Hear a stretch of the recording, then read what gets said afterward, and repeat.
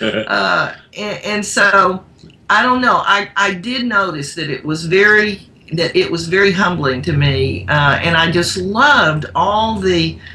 I grew deeper and larger in ways that I wasn't even trying to grow deeper and larger. But that's what the wisdom of the three principles will do for people. It's an area I thought I was doing fine in that area actually. I really did. You know, if somebody had a list of, oh, what would you like to change about yourself, that would not have been on my list. Not even on my second list or third list. Mm-hmm. I felt myself to be a very, you know, I thought I was a very fair, I don't know, whatever. And I thought, oh my gosh, this is getting at places that I wouldn't even have targeted for self-help. Yeah. You know, this is so far beyond self-help. I thought, oh, I don't even know how to target the right things for self-help here. Right. It became pretty obvious to me. Which that takes a lot off your mind. Yeah. You can't control your thinking. You can't chart it or chart your growth or whatever. That's yeah. And there's a lot of thinking that gets taken off your mind. Mm. It's an unbelievable amount of thinking that gets taken off your mind, and then there's more living in the moment, and that's just unbelievable. You know, you start when a whole, let's say that so much thinking goes off your mind because it's like, oh, it doesn't work that way. Oh, it doesn't work that way. Oh, that's right, it doesn't work that way. It almost deceived me, but oh, it doesn't work that way. And finally, it just gets to be more intuitive, inside, and instinctual, and you don't even have to analytically think it doesn't work that way. You just head back in the other direction. And so all of that, it's like I felt like a half of an iceberg, if I was an iceberg, of me chipped off and fell into the ocean and floated away. Mm. And it was because I understood something different, not because I'd been chipping away at little pieces of the iceberg all around. It was cubes. It was an understanding, was like, I don't know what, it literally, I just felt like it just fell off, and I thought, and Sid had told us all along when he was teaching us, he says, your mind will quiet down. He didn't say try to quiet your mind. He said your mind will quiet down. Big difference. And I thought, I don't see how that's going to happen. I mean, that's a nice idea. And that sounds lovely, but I just don't see that happening for me. And then this whole huge chunk of misunderstanding my experience could actually happen that way. Well, boy, I thought, oh, and the quiet was really, ooh, it was so nice. I mean, it was, I don't know what to call it. It felt like the best warm blanket when you're in a cold bed or something like that. It was comforting. It was fulfilling. It was gifted. You just couldn't help but feel grateful for it. It was just this big, as if something has been wildly wrong for some time, and you get helped. So, and as this huge amount of thinking goes off your mind because you're not tempted, because you know that it doesn't even work that way. You're not tempted all the time. Sometimes you go for it, but you progressively sort of gain an understanding that it doesn't work that way. And then your insight is you're just far more in the present moment, because there's just really no other place to be.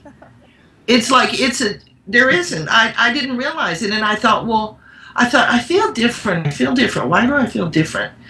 And then I thought, oh my gosh, so much thinking is not tempting me anymore, and it's just not repeating and going on. And I thought, and then it hit me, and I thought, I'm in the present moment a lot more. And I thought, oh my gosh, how did that happen? I don't get it. And then when I kind of looked at the content of all that misunderstood kind of thinking, it was like, well, that stuff really, it takes you out of the present moment, and you get caught up in the content. And it's like, when you're not caught up in the content, there literally was no other place to be. And then in the present moment, and with the quieter head, not by any sort of, it wasn't by willpower or accomplishment on my part, but by the depth of the understanding of the three principles, I found I was a far more intuitive person. My intuition had a lot less competition. I was actually in the present moment. I was there at the right intersection for it. And you just find yourself far more insightful, and you start to really rest into really counting on insight to be how you step forward. I'm aware of the time, and I would like to ask you, if you were sort of on a radio show and you had a topic that you had to pick, for couples who are listening. So couples are listening, you're on the radio show for 20, 30 minutes, and what would your topic be that would be the thing you want them to know?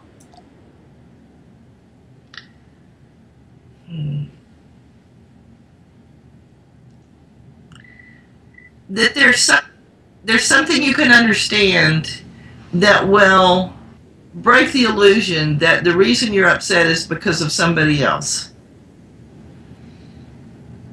I don't know what you would say. Yeah, that's what I was thinking too. Like something about that there's something you could learn and learn again that would really help you see where your feelings are coming from in the moment.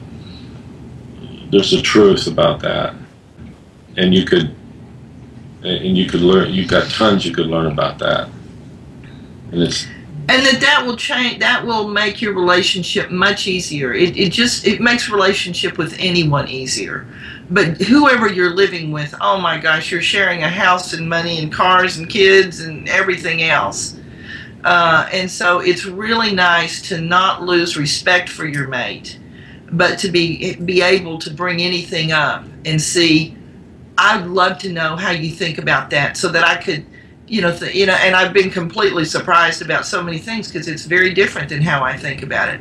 But we both learn from one another and about ourselves during those conversations. But if you don't spot that contamination, you just run off into an illogic and an irrationality and a way the system doesn't work, and you're ignoring the truth of it, and how's that gonna? I mean, there's just trouble's gonna happen. You're betraying the intelligence of the system of your own mind, and then figuring that's gonna work, and it won't, can't. Well, that's beautiful.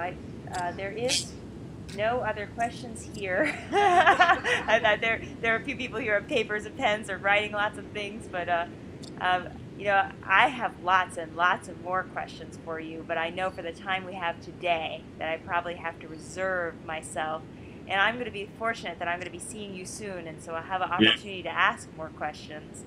Yeah. In the meantime, for anybody who actually listened to the whole interview, what kinds of things do you do that you would share or could do with other people with your work and sharing this conversation with others?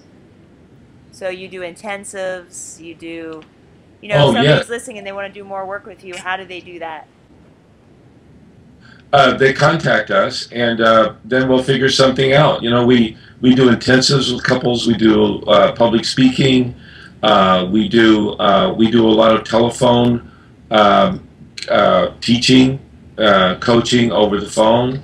So we're readily accessible, and people just need to contact us, and then we set up an appointment, or we arrange for some other way. A lot of times people come in and do like 4-day intensives with us, which are really cool and really fun and really deepening, because we get a chance to meet morning and afternoon, and then do follow-up with them. And that's kind of a select program, but sometimes people can't afford that, or they don't want to tackle that much. And so we work with them on the phone, over Skype. We usually find a way, because everybody's different, and there's some people we wouldn't even suggest a 4-day intensive where they come here. We could say, oh no, let's just, this is, if we have like 15 sessions on the phone, and other people it's like, oh, this would just definitely come here. Yeah. So, and you see if they're going to be more that you're counseling them or if you're coaching them. It just all shows itself. Yeah. Sort of, because of the conversation. So the first conversation, we really take some time with it, and we find out what would be best. And we found that if you're looking for I mean, if you're really looking for profound, significant change, it takes some conversations. It's not like we have one session and then see you later. You're only scratching the surface. Like there's something that'll happen a few sessions in where there is a shift that and even though we were saying it session 1, session 2, session 3, but about session 5 or 6, all of a sudden it goes into another gear or something. It goes, it gets heard in a different way, and then the person is feeding it back, and they have an insight about what you're saying. So we're looking for clients to have insights, and that's not information or just an accumulation of data being pumped out their way. Something has to happen inside of them to realize it for themselves. I was curious about that. One of my clients said to me, at 3 or 4 months I felt great and I thought I was done, and then at 6, 7 months suddenly I had, the real change. Now I'm just wondering like what's going to happen next. And so have you seen a length of time that's sort of average, or is it variety? Any ideas about that? Insight? We're 30-something years down the road and still learning like gangbusters, and still running into things that we're surprised by that was in our thinking. So right. it doesn't ever end. Right. There is a point where you kind of feel like, I think I have this pretty clearly, and they can go out and it's actually sort of already active in their life, such that it's then an ongoing. They know at least what they're looking for. They're looking for, if they start thinking something is happening a way that it's not actually happening. Yeah. And then they know that there's all this wisdom and intelligence over here and logic that they don't know what it is, but they know they want to at least be looking in that direction. So it's an interesting thing when you can kind of hear. Well, you know what people do? They start talking to you in a way that reveals their understanding. Right. And we notice that, and it's like, oh, good, penny dropped. And each person's kind of different. It could be a little thing first session, a little thing second session, and then there's kind of a critical mass, or it just, it could work another way too. So, but we have found that something can happen for anybody that pokes their nose in and really wants to learn and listen. That will there's possibilities. There's endless possibilities for insight for everybody. Well, that's a great place to end our interview today. Today we were talking with Keith Blevens and Valda Monroe. And if you want to reach them or do any work with them or follow up with them, feel free to contact them at keithblevens@gmail.com. keithblevens@gmail.com, or call them at 360-466-2300, and we'll make a link so that there's 2 numbers and an email for people to reach you guys. I really deeply appreciate the time, the consciousness, and the thought that you have brought to our conversation. Thank you so much. Thank you. Thank you. Thank you very much.